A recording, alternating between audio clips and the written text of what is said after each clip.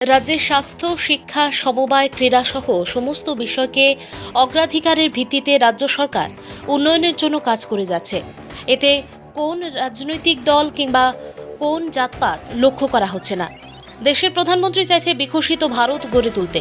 মঙ্গলবার উদয়পুর রাজস্বী কলাক্ষেত্রে ভার্চুয়ালের মাধ্যম প্রায় 100 কোটি টাকা ব্যয় করে স্বাস্থ্য, শিক্ষা, ক্রীড়া, পূর্ত দপ্তরের বিভিন্ন প্রকল্পের আনুষ্ঠানিকভাবে ভার্চুয়ালের উদ্বোধন করেন।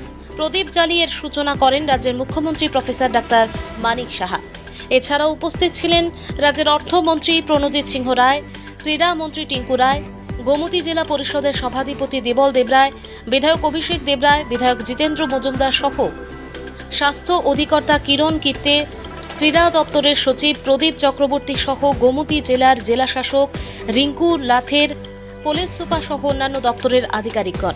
মুখ্যমন্ত্রী বলেন, রাজ্য সরকার সারা রাজ্যের সঙ্গে গোমতী জেলাকে আরও উন্নয়ন করার জন্য কাজ করে চলেছে। এর ধারাবাহিকতায় বজায় থাকবে।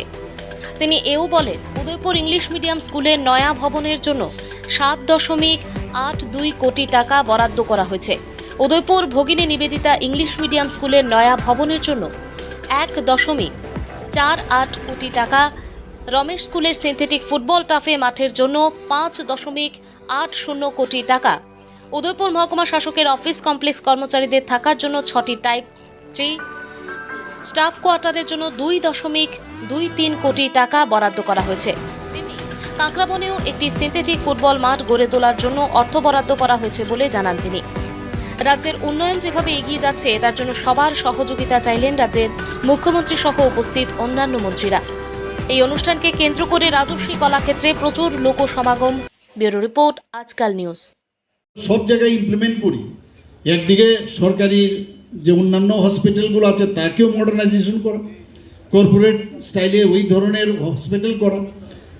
তো মানুষ যেটাকে চয়েস করবে, আননেসারি অন্যান্য বেসরকারি যেসব কর্পোরেট হসপিটালগুলো আছে সেগুলোতে যাবে না।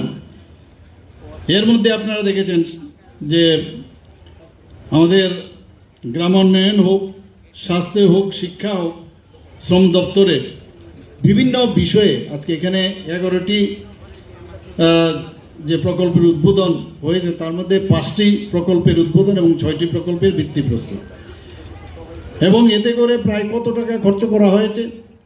105,43,41,000 টাকা।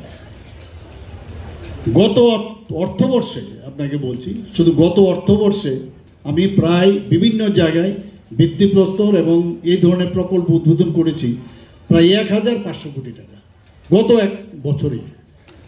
গত বছরেই আমি করেছি। আর এই বছরে আপনারা শুনে খুশি হবেন যে এই বছরে আমি 121 কোটির উদ্বোধন আর শিলান্যাস করেছি। আর আজকে আপনাদের এখানে আবার যুক্ত হলো এই যে 100 কোটি টাকার উপরে। তো সব জায়গায় আমরা কিন্তু ইনফ্রাস্ট্রাকচার আমরা বলছি। মাননীয় প্রধানমন্ত্রী যে বারবার বলছেন যে ইনফ্রাস্ট্রাকচার যতক্ষণ ধরে ডেভেলপ না করা যাবে ততক্ষণ ধরে উন্নয়ন হবে না।